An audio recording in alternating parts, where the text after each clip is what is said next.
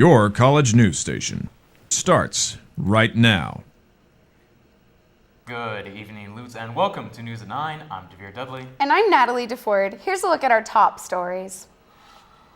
Garfield businesses may be getting more competition. NASA's drone Philae gets closer to landing on its destination.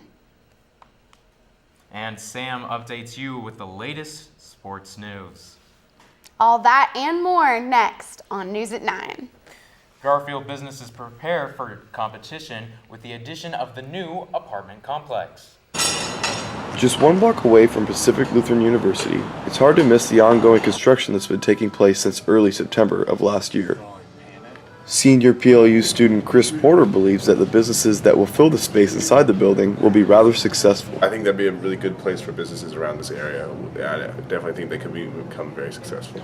Located on the corner of Garfield Street and C Street South, the building that will be known as Garfield North to PLU students and Garfield Station to the surrounding community is in a rather prime location for business. I think it really depends on what is going in there. I don't know necessarily they'll have too much of competitions with Forelli's and Pita Pit. It might be more specific for businesses that go in there. They're going to attract different demographics of students and people.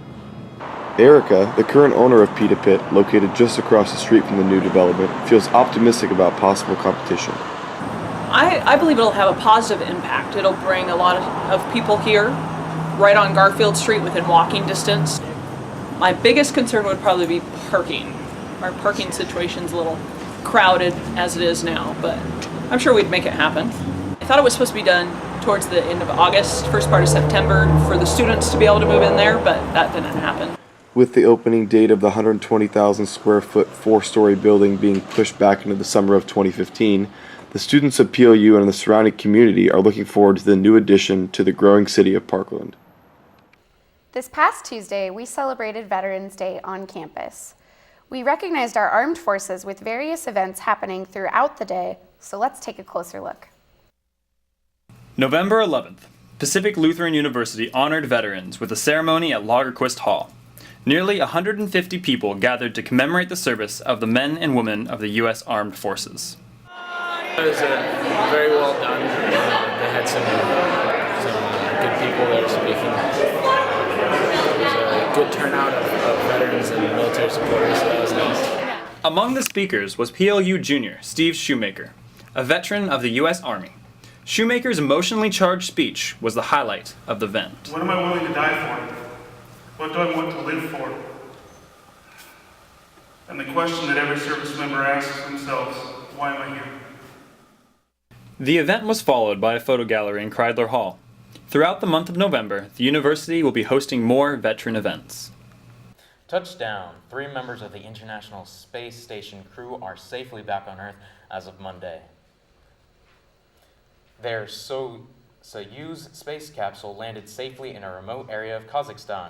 On board were American astronaut Reed Wiseman, German astronaut Alexander Gerst, and Commander Maxim Surev of Russia. NASA says it was the first mission for Wiseman and Gerst. 3 astronauts remain on board the ISS. The rest of the mission crew will arrive later this month. Thousands of people are without power after wicked winds pummeled parts of Oregon and Washington state. The winds took down trees and power lines and sent temperatures plummeting across the Pacific Northwest. In Portland, a tree toppled over onto a bicyclist who was taken to the hospital with non-life-threatening injuries.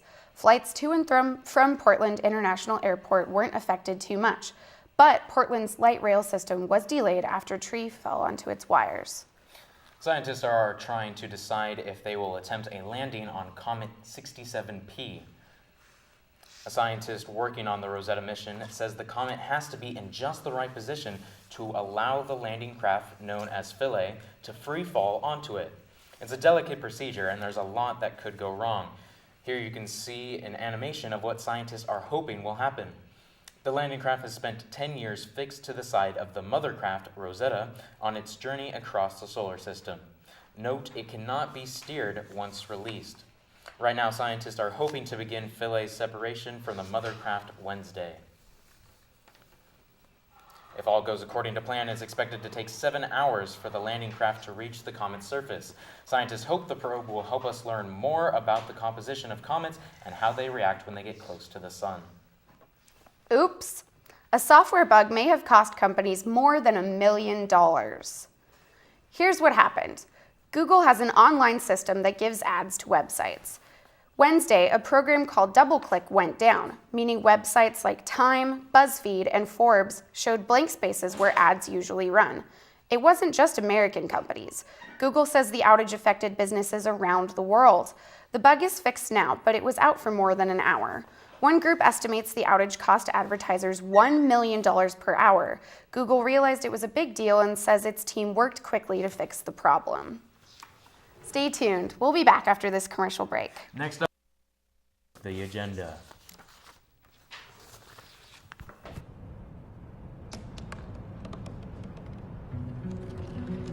They said I couldn't dream. Called me a piece of trash and swore that's all I'd ever be.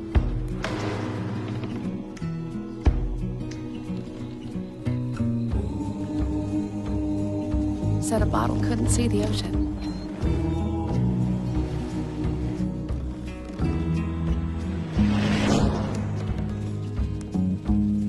Give up. Go back to the dumpster.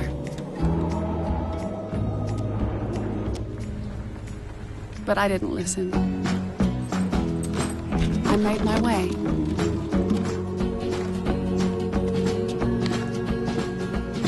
And now, I am what I've always wanted to be.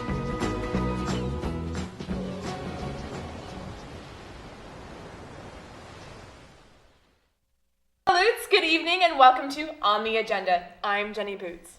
So something cool I learned this week is that the world's youngest professional artist is a 7-year-old Australian girl named Alita Andre. I know, incredible and so random. At 4 years old, she had her first solo show in New York City, where she sold her abstract paintings for as much as $10,000 a piece. And the solo show sold out within a week. And now she has just finished her 4th studio show in New York City. How cool is that?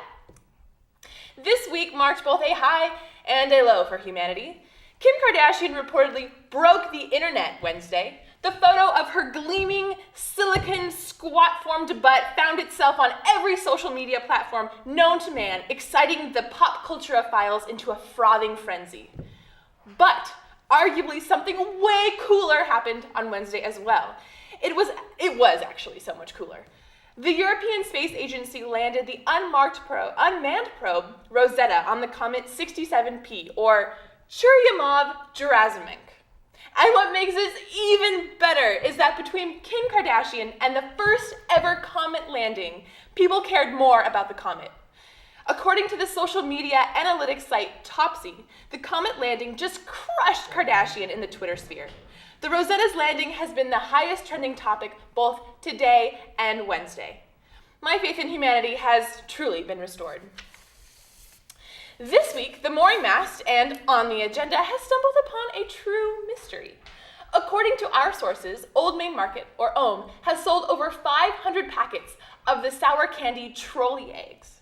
The little colorful jelly bean gummy worms have taken over campus. To learn more about the trolley egg phenomenon, I am pleased to welcome Brooke Thames, arts and entertainment writer for The Mooring Mast and lead investigator on the subject. Brooke, welcome. Thank you for having me. So tell me a bit about your investigation. Where did you start? Well, as you said, I am a writer for The Mooring Mast, and I was assigned to do a story about trolley eggs and their popularity on campus and why they're so popular and what they are and why people like them. So what did you find? Well, I ended up going to OHM and talking to the retail manager for dining and culinary services. And I talked to him and got some information about, why he thinks they're popular and some numerical information. Mm-hmm. And I found that people really like them because of the texture. They're really surprised about the fact that it's like a gummy worm inside of this shell. And it turns out they've sold 513 packets since September 4th. So So tell me a little bit about the history of Trolley and the company. Where did they come from? Trolley is a sub-brand of a larger company that originates in Germany called the Murder Group. And Murder! Leading up to the 1970s, the gummy candy industry was really booming, and so this guy named Willie Murder, who had his own food production company, decided to venture out and try to find success. And he created Trolley, which is a sub-brand of his group, and under which Trolley eggs are sold. What other Trolley products does Ohm sell? Ohm currently sells, other than Trolley eggs, Ohm currently sells Trolley apple O's, Trolley peach O's, and Trolley octopuses. Interesting. And now, have you had Trolley eggs? I have had Trolley eggs. And what's your opinion? My opinion is that if you're a candy person, this is great for you. I'm not particularly a candy person, so it took me a while to actually get to like them and get to like the texture. So, in your professional opinion, are the Trolley eggs here to stay, or is this just a passing fad? It could go either way. The students that I interviewed, they said they really liked the texture, and that was why they kept going back. A lot of upperclassmen said that's why they kept going back. On the other hand, it is like a new thing that I think a lot of people are just discovering, especially freshmen, so it could die out, it could stay, who knows. Interesting. Well, Brooke, thank you very much. So my cameraman, Matt, and I decided to take to the streets to find out what students really thought about the Trolley eggs. In our new segment, Jenny on the Block, we went around the UC, and Matt and I ran up to people. So, take a peek. Hi, I'm Jenny, and this is Jenny on the Block. Today we are investigating Trolley eggs here at Old Main Market, but first we have to buy some. Come on!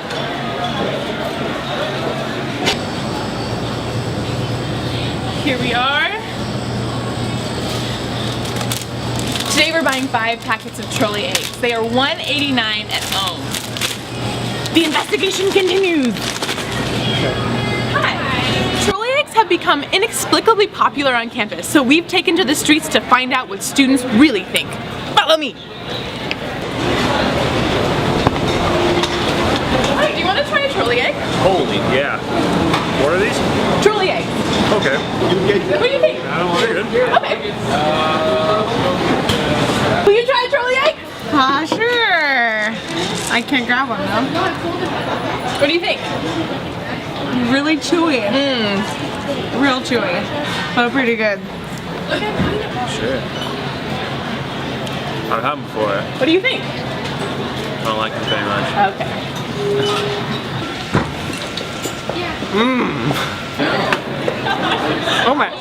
Oh my god. I was eating so many of these. Popular. Can I have like 10 more? You can have another one. I'd like another one. Yeah, eggs. Different colors. They're really pretty. They are really pretty. I would like buy it just for this color. They last longer. Paul, get over here. Al, get over here! Hal, we want you to try a Trolley egg. Okay. Hi, Hal. Try to eat it. I mean, what do you think about it? Squishy. One, just try one. Go for it. Just try one. What do you think? It's sour. Ooh, and tangy. I'm not sure what's going on. I think that this really might be truly a conspiracy. I'm not sure if Ohm is lying to us or what, but we will find out. 2? Are you gonna eat it? Oh. Is it? It's a gummy covered egg. Okay. What are you doing this? We are trying to solve the mystery of the really popular Trolley eggs. I like them. They're fun. You don't know that you're biting into something chewy. I was really surprised by it. This is our ASPLU president. Try a Trolley egg. Okay. What do you think of Trolley eggs? Peace out. I don't. Is it like a gummy worm What inside do you think of them? It's like a gummy worm, but like surrounded by like a jelly bean. Do you like them? All right. Yeah. Well, I like the sour. Kind of sitting through now. If you haven't tried Trolley eggs, pick yourself up a bag at Ohm. They are $1.89. However, at the time of production, they were all sold out.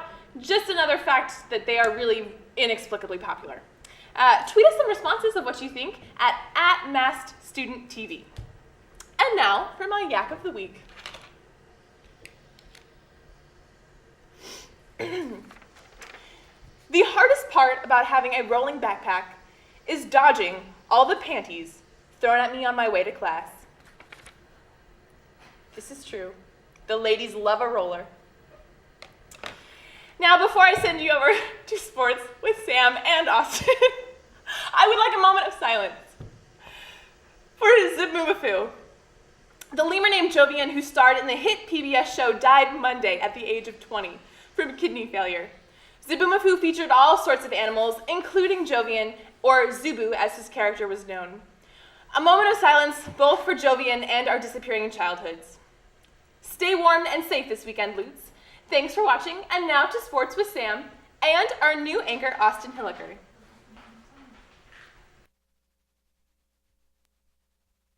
It's on us to stop sexual assault. To get in the way before it happens. To get a friend home safe. And to not blame the victim. It's on us. To look out for each other. To not look the other way. It's on us to stand up. To step in. To take responsibility. It's on us, all of us, to stop sexual assault. Learn how and take the pledge at itsonus.org.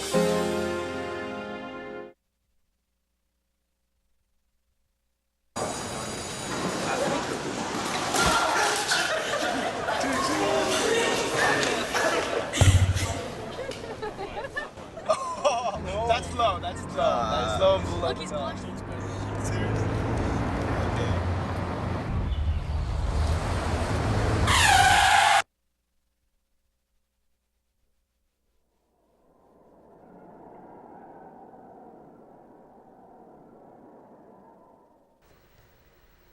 Hi, and welcome to our sports segment. I'm Sam Lund. And I'm Austin Hilliker. Austin, it's your first week being my co-anchor. Why don't you tell them a little bit about yourself? Well, I'm a senior, I play football, and I just got a season's pass to Stevens Ski Resort. So you like to ski? I do. Or you just like to slide down the hill? That too. Okay, I mean, We'll go with that. either way. All right, so let's get started. This week we had swimming start their season. They took 2 wins back-to-back, first against George Fox and then against Pacific. So they're going to go into their season with a 2-0 record. Men's soccer had a little bit less luck this week. They lost their final match against UPS 1-2. However, it was 1-1 going into the last 10 minutes, and then we scored on ourselves. So rough week for the Lutes. However, freshman Eddie Na was chosen as a first-team Northwest Conference honor. So as a freshman, he's getting some pretty high ranks in there. The Lutes ended with a 7-7 record, 10-10 overall record, and that's the first time that's happened in the last 10 years. Women's soccer lost their final game against Linfield 0-2. That took the Lutes from first place to third place in conference. However, even with that drop, 3 players were chosen for Northwest Conference first team: Takara Mitsui, Kelly White, and Kaylee Rozelle. So Lute soccer had a rough week, but we're looking towards volleyball and football. Tell us about it. The volleyball team swept Willamette 3-0, where both Lucy Caprone and Amber Aguilar had outstanding performances. With this win, that gave the Lutes the conference title, finishing at 21-4, 14-2 in conference play. Amber Aguilar, Lucy Caprone, and Sam North also earned first-team Northwest Conference honors. With this win, it boosted the Lutes into a berth into the NCAA tournament, where they will now play Colorado College at 12:30 at Cal Lutheran's Gilbert Arena in Southern California. In terms of football, the football team won 41-27 at home for Military Appreciation Day. The Lutes rushed for 400 yards, where Dalton Ritchie, quarterback, had 203 of those 400 yards, and also 158 yards passing. A broken play by Ritchie and the rest of the team led to an 87-yard scamper, where the Lutes eventually scored. With this win, the Lutes improved to 6-2, 4-2 in conference, but unfortunately, there will be no playoff appearance for the Lutes. This Saturday, the football team plays at Sparks Stadium in Puyallup against George Fox for Senior Day. All right, so that's all we have for you tonight at News at 9. You can always check for more news at massmedia.plu.edu. For me, Austin, and everybody else in the studio tonight, have a good night, Lutes.